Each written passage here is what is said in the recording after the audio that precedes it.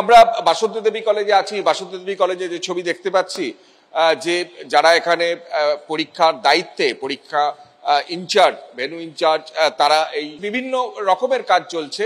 কারণ school service commission থেকে বলা হয়েছে যে প্রত্যেক স্কুল এই রুমে বা প্রত্যেক পরীক্ষা কেন্দ্রের মধ্যে একটা করে ঘড়ি থাকতে হবে এবং ঘড়ি থাকবে, এবং ঘড়ির পাশাপাশি পেন প্রত্যেক পরীক্ষার্থীকে দেওয়া হবে, এবং সেই পরীক্ষার্থীদের যে পেন সেটাও পরীক্ষা কেন্দ্রের মধ্যে এসছে।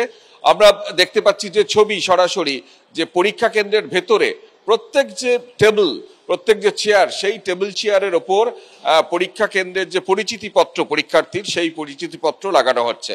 এখানে কতজন পরীক্ষা দেবেন ছাত্রী? যে টোটাল আমাদের ভেন্যুতে 500 জনের অ্যালাউ। 500 জন অ্যালাউ। কি কি নিরাপত্তা, আজকে তো স্কুল সার্ভিস কমিশনের চেয়ারম্যান বলেছেন, কিন্তু কি কি ব্যবস্থা করা হচ্ছে আপনাদের এখানে?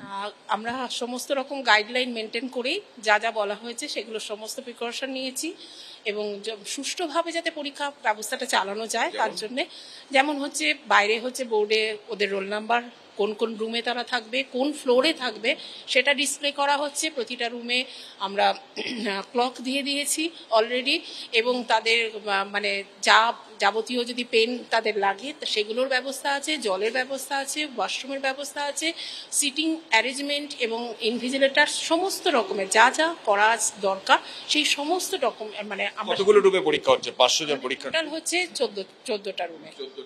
সব মিলিয়ে এই যে 9 বছর পর পরীক্ষা, দীর্ঘদিন পরে কার্যত ছাত্রছাত্রীদের একটা কর্মসংস্থানের আশা, কিন্তু সেই পরীক্ষাকে ঘিরে একটা স্বচ্ছতা যে দাবি উঠছে বারবার।